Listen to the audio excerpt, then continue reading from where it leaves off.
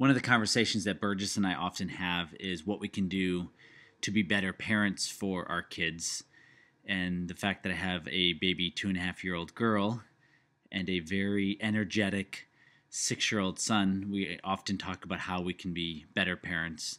And though I definitely can always improve, the one thing we always come back to is for us to work on ourselves, right? Work on our own issues, go see therapists or experts to deal with our own stuff, because both Burgess and I believe that our own beliefs, our own actions, our own behaviors get kind of downloaded to our kids.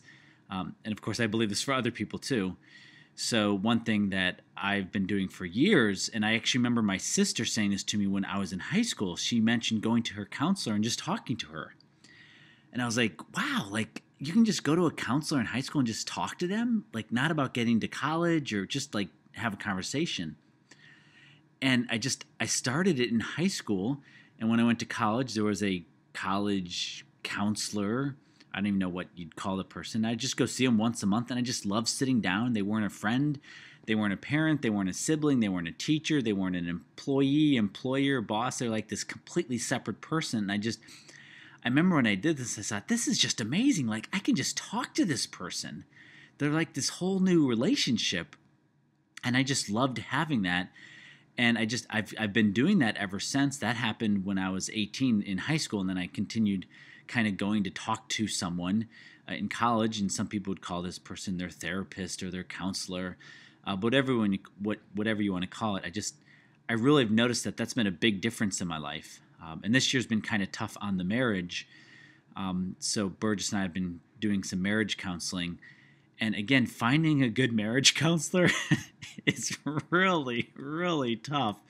But we found a really great one, and it has just been so good for our relationship. Again, just to be able to talk to this third-party person that has no connection to you and just giving you a point of view, it's so nice to have that break. What I want to talk to you about is kind of my thought before we go into the holiday week.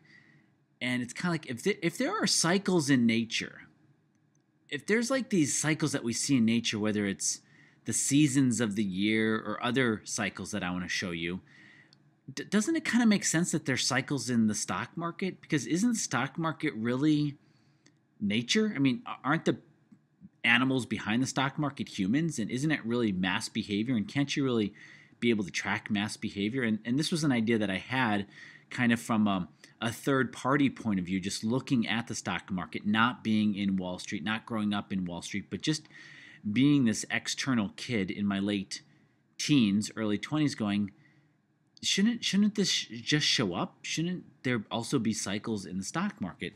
And what I first found out was when I went to the big box advisors and independent financial advisors, they basically said, no, it's just absolutely, completely random. There is no reason for anything. Some things go up, some things go down, and we just don't know why, but you should just always have your money in the stock market and you just always keep buying. But that just didn't kind of make sense to me.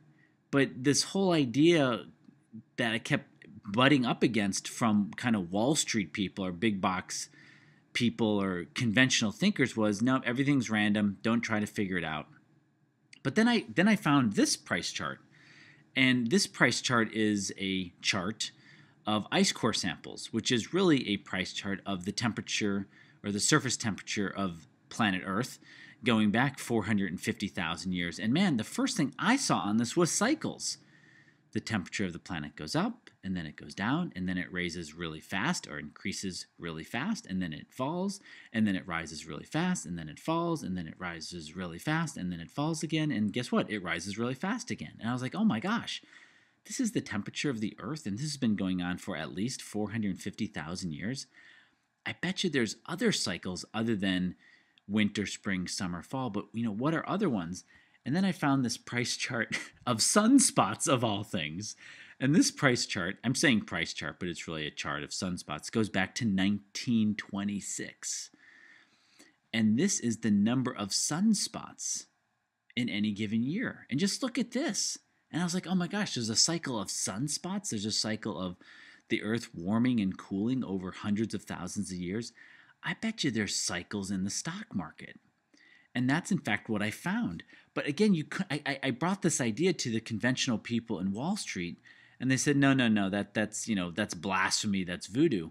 But and you've seen this chart before, but then I found this cycle of kind of these 18-year cycles of where the stock market kind of goes sideways for a long period of time, then it kind of goes up for a long period of time, then it kind of goes sideways for a long period of time, kind of goes up for a long period of time, kind of goes sideways for a long period of time. And what I realized was humans were behind this. Like, this is mass behavior being imprinted on top of a stock market. And in this case, this is the US stock market from 1900 to 2010. So we have 110 years of data here showing, again, more cycles. So if you don't believe in cycles, then you probably do believe that things are random and there's nothing you can do about it. And if so, that's fine. It will just hurt the growth of your money over those sideways periods. But I want to leave this with you because we often want to complicate life. And I say we as in humans. We want to think things are much more complicated.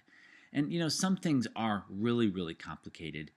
But really, sometimes things are so obvious they're hard to see that maybe there are just these cycles and you can take advantage of these cycles. And right now we are in a sideways cycle.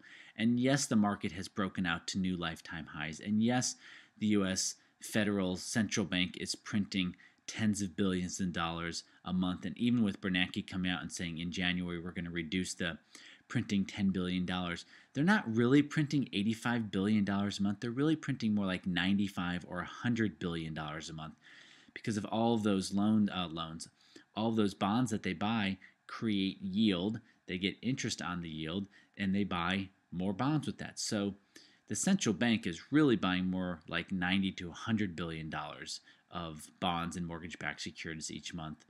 But yes, they're going to drop it down $10 billion less, which was a nice start, but still there's an incredible amount of money printing, and that money printing is not showing up in consumer prices. It will show up last, if ever, in the consumer price index, partly because food and energy and taxes and many things really are not computed in that index. It's really a very odd index. But where all this money printing is going is in the asset price index, the API. And that is a combination of the stock market, the bond market, and the real estate market. And that is absolutely going up. But the government doesn't care about asset price inflation or the asset price index. Now, just so you know, I'm making up the term asset price index. All they care about is the consumer price index. They're kind of making you pay attention to that thing over there that's not moving and go, hey, if money printing was so bad, how come the CPI is not going up? See, it can't be that bad. But of course, it's how they measure it, what they include, what they don't include, and how they adjust for things when they go up too high in price. They just replace them with other things, which is not a consumer price index. It's more of a behavioral index. So look at your life. Look back on 2013. Notice what maybe cycles you're in with your investing or your trading or how you treat yourself or how you treat your spouse or your kids or your partner or your siblings or your parents. And notice what kind of cycle you're in that maybe you can break or make more of a benefit to yourself. The final thought I want to leave you with is the best definition of what happiness is. And I heard this definition from Jeff Weiner, who is the guy who is the CEO of LinkedIn, which is about a $25 billion company here in Silicon Valley, about 15 miles south of my house. And he defined happy or a happy life the best way that I've ever heard it and has made me want to aspire to have that more and more. And he said a happy life is where you love going to work, which I love going to work most of the time. And then he said where you also love going home. And I do love coming home most of the time. And so one thing I'm working on is things I can do to love even more going to work. How do I work with more people that I love working with, make it more fun? And what can I do to love coming home even more than I do? And when I heard him define that as a happy life or being happy, I said, yeah, you got that one right. That is such a great definition. I hope you guys have a happy next week. For some of you, that may be Christmas. For some of you, that may not. But it is for us. And so you guys take care, and I will speak to you next week. All right. Take care.